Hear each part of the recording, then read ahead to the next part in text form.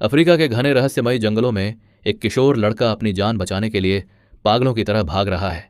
उसके कदमों की आहट सूखी पत्तियों पर गूंजती है, उसकी सांसें तेज हैं और आंखों में डर की एक बेचैन चमक है।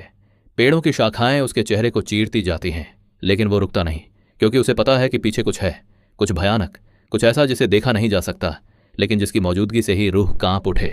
अचानक आसमान को चीरती हुई एक तेज रोशनी फैलती है और हर चीज एक पल के लिए थम जाती है।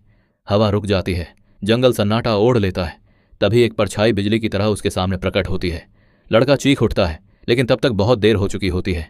वो परछाई उसे पकड़ लेती है और पलक झपकते ही सब खत्म हो जाता है। वो लड़का था नंबर 3। उसी वक्त दुनिया के किसी और कोने में एक युवा लड़का जॉन स्मिथ बीच पार्टी में अपने दोस्तों के साथ मस्ती कर रहा होता है। लेकिन अचानक वो पानी में गिर पड़ता है और उसकी टांग पर एक अजीब नीली चमक फैल जाती है, जैसे किसी जलते हुए निशान की तरह उसकी त्वचा पर लहरें दौड़ गई हों। लोग चीखने लगते हैं, लेकिन जॉन का चेहरा सख्त हो जाता है। वो जानता है इसका मतलब क्या है। उसकी तरह का एक और मर चुका है और अब अगला नंबर उसका है। जॉन पृथ्वी का नहीं है, वो एक दूर खूबसूरत लेकिन अब बर्बाद ग्रह लोरियन से आया है। एक ऐसा ग्रह जिसे सालों पहले निर्दयी एलियन रेस मोगाडोरियंस ने नष्ट कर दिया था। लोरियन के विनाश से बचाने के लिए वहां के 9 गिफ्टेड बच्चों को उनके प्रोटेक्टर्स यानी सीएपैन्स के साथ पृथ्वी पर भेजा गया था। मकसद सिर्फ एक था, छिपकर बड़ा होना, ताकतें विकसित करना और एक दिन लौटकर अपनी खोई हुई दुनिया को वापस हासिल करना। लेकिन मोगाडोरियंस ने उन्हें ढूंढ निकाला और अब वे उन्हें एक एक करके मार रहे हैं। 3 मर चुके हैं और अब जॉन है नंबर 4। उस रात हेनरी, उसका गार्डियन, एक पल भी बर्बाद नहीं करता। उसे पता है कि अब उन्हें तुरंत गायब होना होगा, इससे पहले कि मोगाडोरियंस उनका पता लगा लें। हेनरी सारी नकली आईडीएस जलाता है, हर दस्तावेज मिटा देता है और दोनों रात के अंधेरे में गाड़ी लेकर निकल पड़ते हैं। जॉन के लिए ये जिंदगी नई नहीं है, वही पुरानी कहानी, वही भागना, नए शहर, नए नाम, नए स्कूल, हमेशा किसी और का रूप धारण करना, हमेशा किसी से दूर रहना। लेकिन अब वो थक चुका है। वो अब सिर्फ जीना नहीं चाहता, वो खुद को महसूस करना चाहता है। आखिरकार वे एक छोटे शांत शहर पैराडाइज ओहायो पहुंचते हैं। हेनरी वहां एक पुराना सा घर किराए पर लेता है और पिता का नाटक करता है। दोनों लोगों से दूरी बनाकर रहते हैं, लेकिन जॉन अब कुछ और चाहता है। एक नॉर्मल लाइफ, दोस्तों की हंसी, स्कूल की मस्ती, शायद थोड़ा प्यार भी। अगली सुबह जॉन पैराडाइज हाई स्कूल में दाखिला लेता है। वहीं उसकी मुलाकात होती है सारा हार्ट से, एक खूबसूरत संवेदनशील लड़की जिसे फोटोग्राफी का जुनून है। सारा के कैमरे के पीछे एक ऐसी निगाह है जो हर चीज़ में खूबसूरती ढूंढ लेती है। लेकिन इस कहानी में एक रुकावट है। सारा का एक्स बॉयफ्रेंड मार्क जेम्स, जो स्कूल का सबसे घमंडी जॉक है, उसे बिल्कुल पसंद नहीं कि सारा किसी और लड़के से बात करे। शुरुआत में जॉन दूर रहने की कोशिश करता है, लेकिन किस्मत उन्हें बार बार टकराने पर मजबूर करती है। सारा में एक सच्चाई है, एक मासूमियत, और जॉन के दिल में धीरे धीरे उसके लिए कुछ गहराई से उभरने लगता है। इसी बीच जॉन के अंदर कुछ अजीब बदलाव शुरू हो जाते हैं। एक रात उसकी हथेलियां नीली तेज रोशनी से चमक उठती हैं। उसे ऊर्जा की लहरें निकलती हैं, एक ऐसी ताकत जो उसने पहले कभी महसूस नहीं की। हेनरी बताता है कि ये उसकी लेगेसी है, लोरियन बच्चों की विशेष शक्ति। हर एक के पास अलग अलग शक्तियां होती हैं और अब जॉन की शक्ति जाग रही है। लेकिन शक्ति के साथ खतरा भी आता है, क्योंकि हर बार जब कोई लेगेसी सक्रिय होती है, मोगाडोरियंस उसे महसूस कर सकते हैं। दिन गुजरते हैं और जॉन अब छिपा नहीं रह पाता। वो एक दिन एक लड़के सैम गुड को मार्क की गैंग से बचाता है। सैम थोड़ा अजीब है, एक कॉन्स्पिरेसी थ्योरिस्ट जो एलियंस और सीक्रेट कवर अप्स पर यकीन करता है। सैम का मानना है कि उसके पिता को एलियंस उठा ले गए थे। जॉन सच्चाई नहीं बताता, लेकिन सैम की ईमानदारी और क्यूरियोसिटी उसे अच्छा लगने लगता है। हेनरी अब भी सतर्क है। वो जॉन को बार बार चेतावनी देता है कि वो अपने पावर्स किसी के सामने इस्तेमाल न करे, लेकिन जॉन की किशोर जिद इसे मुश्किल बना देती है।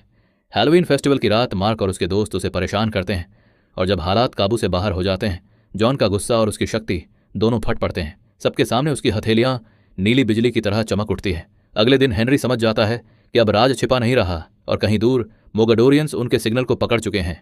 मोगाडोरियंस डरावने हैं, लंबे फीके, जिनकी आंखें पूरी तरह काली हैं और चेहरे पर गिल की तरह निशान। अब उनका अगला शिकार नंबर 4 है। सारा इस बीच जॉन को अपने घर डिनर पर बुलाती है।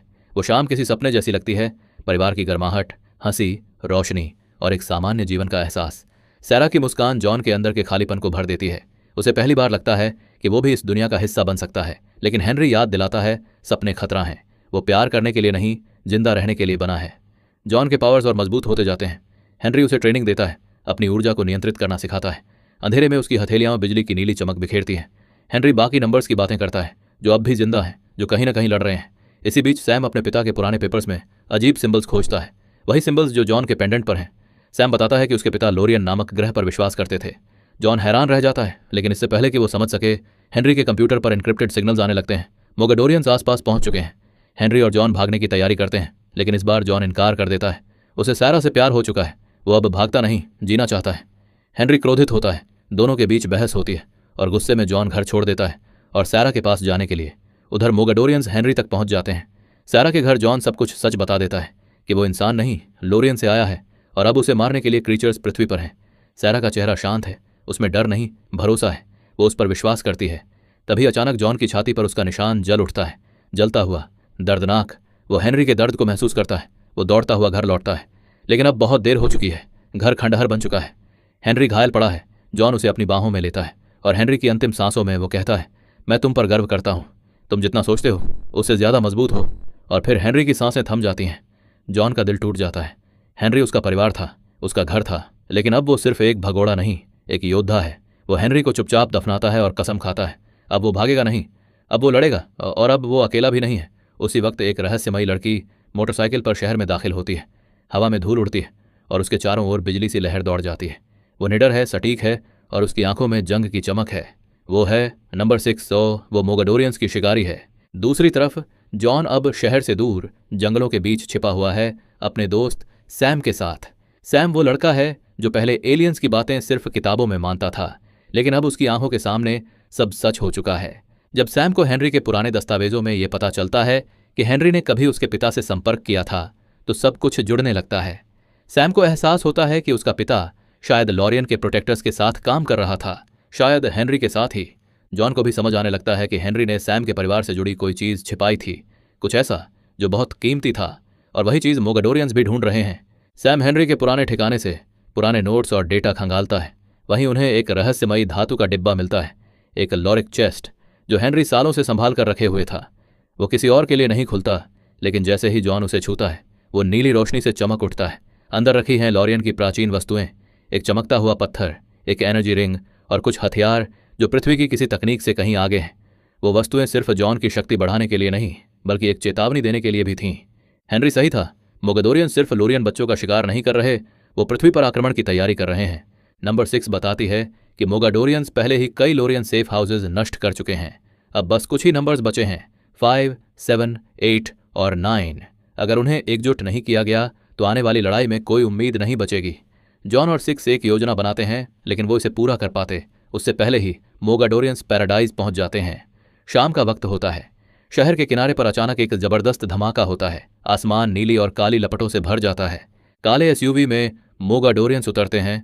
इंसानों जैसे दिखते हैं, लेकिन उनके चेहरे पर चमकते हैं गिल्स और मुस्कुराहट के पीछे नुकीले दांत। उनका नेता एक विशाल राक्षस जिसके शरीर पर तलवार जैसे निशान हैं और जिसकी आंखों में बस एक नाम है, नंबर 4। जॉन और 6 तुरंत एक्शन में कूद पड़ते हैं। पैराडाइज की सड़कों पर तबाही मच जाती है। मोगाडोरियंस अपने भयानक जानवर छोड़ते हैं, पिशाच जो किसी बख्तरबंद भेड़िए जैसे दिखते हैं, लेकिन उनके दांत धातु जैसे चमकते हैं। उनकी दहाड़ से जमीन कांप उठती है, लोग चीखते हुए भागते हैं। जॉन और 6 कंधे से कंधा मिलाकर लड़ते हैं। अंधेरे में नीली और सुनहरी रोशनी टकराती है। 6 आग की लपटों में टेलीपोर्ट होती है, अपनी ट्विन ब्लेड से दुश्मनों को चीरती है। जॉन अपनी चमकती एनर्जी ब्लास्ट से मोगाडोरियंस को दीवारों में उछाल देता है। हर टक्कर में धमाका, हर वार में बिजली की चमक।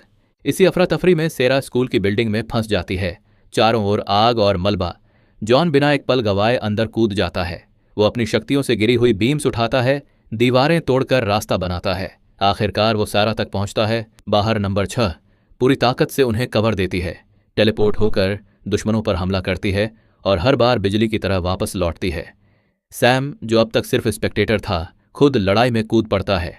वो हेनरी के छोड़े हुए एलियन ब्लास्टर से गोली चलाता है और हर वार में अब उसका डर गायब है। वो अब सिर्फ एक इंसान नहीं, एक योद्धा है। तीनों अब एक टीम है और तभी जमीन हिल जाती है। मोगाडोरियंस अपना अंतिम हथियार छोड़ते हैं, एक विशालकाय ड्रैगन जैसा दैत्य, काले स्केल्स, लाल चमकती आंखें और दहाड़ जो आसमान को फाड़ दे। वो इमारतों को तोड़ता हुआ जॉन की ओर बढ़ता है। जॉन अपनी पूरी शक्ति समेट लेता है। उसकी हथेलियां नीली आग से जल उठती हैं और शरीर से ऊर्जा की लहरें उठती हैं। वो अपने अंदर की लेगेसी को चैनल करता है। एनर्जी बीम से सीधा उस दैत्य के सीने में जाती है। वो चिल्लाता है, लेकिन गिरता नहीं। वो फिर उठता है और जॉन की ओर झपटता है।